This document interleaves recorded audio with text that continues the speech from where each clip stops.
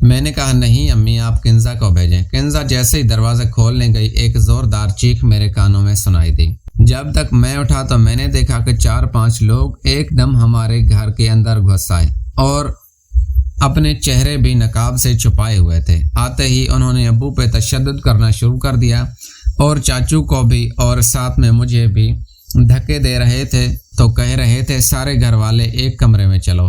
وہ سب لوگ ہمیں اپنے کمرے میں لے گئے۔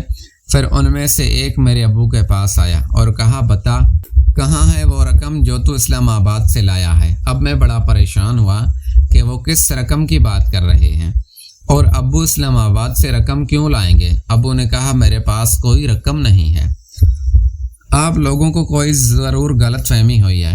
انہوں نے پھر ابو پہ تشدد کرنا شروع کر دیا اور پھر بار بار پوچھ رہے تھے کہ بتاؤ وہ رقم کہاں ہے۔ پورے گھر کا سامان ادھر سے ادھر پھینک رہے تھے، ایک ایک کونے کی تلاشی بھی لے رہے تھے۔ اب ہم سب گھر والے ہی ایک کمرے میں تھے اور ہم سب ڈرے ہوئے تھے۔ تقریباً وہ 5 لوگ تھے اور سب کے ہاتھ میں ایک ایک گن تھی۔ ایک کے ہاتھ میں بڑی گن تھی۔ بہت ڈھونڈنے کے بعد جب انہیں کچھ نہیں ملا تو انہوں نے تھک ہار کر کنزا کو ہاتھ سے پکڑا اور ابو کو کہا کہ تم نے اگر رقم نہ دی تو تمہاری بیٹی کی عزت لوٹ لیں گے، وہ بھی تمہاری آنکھوں کے سامنے۔ اور پھر انہوں نے دھکے دے کے کنزا کو نیچے فرش پہ گرا دیا اور ایک بندہ اس پہ جھپٹ پڑا۔ وہ جیسے ہی جھپٹا تو ابو نے کہا رکو رکو میں دیتا ہوں۔ پھر ابو اپنے کمرے میں گئے، اس میں سے ایک بندہ بھی ابو کے ساتھ گیا اور ابو ایک بیگ لائے۔ اس میں نے دیکھا تو بہت سارے پیسے تھے۔ وہ بیگ ابو نے آ کے ان کے حوالے کر دیا۔ اب وہ بول رہے تھے کہ اور پیسے کہاں ہیں، یہ کم ہے۔ میرا ابو بول رہا تھا کہ یہی پیسے لایا ہوں میں۔ جس نے بھی آپ لوگوں کو بتایا ہے اس نے یہ بھی بتایا ہوگا کہ میں کتنے پیسے لایا ہوں، گن لو یہ پورے 50 لاکھ روپے ہیں۔ اب چھوڑ دو میرے گھر والوں کو اور چلے جاؤ۔ اس میں سے ایک شخص کہنے لگا ہاں یہ 50 لاکھ ہی لایا ہے، اگر یہ 50 لاکھ تو پورے ہیں۔ ان لوگوں نے وہ نوٹ ہمارے سامنے گننے شروع کر دیے۔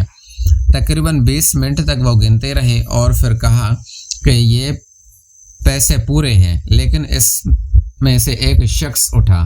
اس نے کہا کہ تم نے ہمارا بہت ٹائم ضائع کیا ہے اور تم نے ہمیں بہت گھمایا ہے، اس کی قیمت تو تمہیں چکانی ہی پڑے گی۔ اور پھر میری چھوٹی بہن کنزا کو پکڑ لیا اور امی کے کمرے میں لے جانے لگے تو سب گھر والوں نے کہا نہیں اس کو چھوڑ دو۔ میری امی ان کے پیر پڑ گئی کہ یہ میری بیٹی ابھی چھوٹی ہے، اس کو چھوڑ دو، اس کے ساتھ کچھ نہ کرو، تمہیں خدا کا واسطہ۔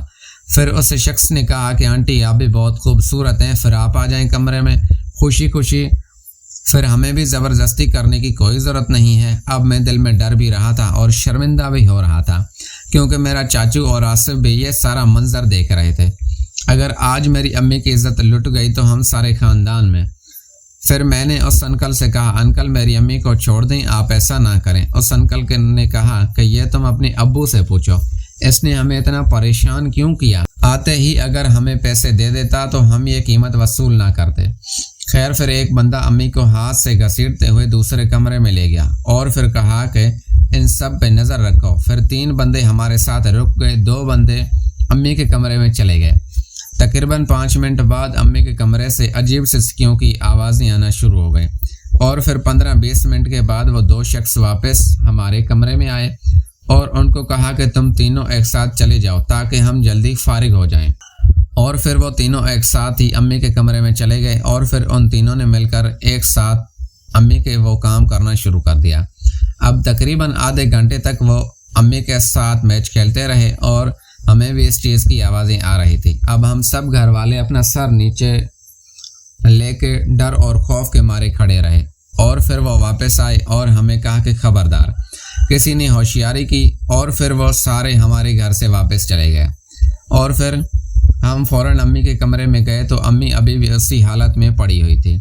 ابو نے ہم سب کو اس کمرے سے باہر بھیج دیا۔ پھر میرے ابو نے میری امی کا حلیہ درست کیا اور پھر ٹی وی لانچ میں آ گئے۔ مجھے ابو پہ غصہ آ رہا تھا کہ ابو اگر اتنا سارا کیش لائے تھے تو گھر لانے کی کیا ضرورت تھی، اور گھر بھی لے آئے تو ہمیں بتایا کیوں نہیں، اور یہ کس چیز کے پیسے تھے۔ ابو آ کے بیٹھے ہی تھے، میں نے سوال پوچھنا شروع کیا۔ میں نے کہا ابو آپ یہ پیسے کہاں سے لائے تھے؟ ابو نے کہا کہ یہ پیسے میرے باس کے ہیں۔ اس نے مجھے اسلام آباد میں دیے اور میں نے یہ صبح ان کے اکاؤنٹ میں جمع کرانے تھے۔ پتہ نہیں کس نے ان کو خبر کر دی ہے۔ اب میں باس کو کیا منہ دکھاؤں گا؟ مجھے نوکری سے نکال نہ دے۔ مجھ پہ اب انکوائری بیٹھے گی کہ شاید میں نے کوئی کرپشن کی ہے۔ اب ہم سب گھر والے پریشان تھے، اور پھر چاچو اور آصف بھی بول رہے تھے کہ یار اچھا ہے، شکر ہے کہ ہم سب زندہ ہیں، ہم سب کی جان بچ گئی ہے، خیر یہ سامان تو واپس بن جائے گا۔ پھر ابو نے اپنا موبائل نکالا اور اپنے باس کو کال ملا دی۔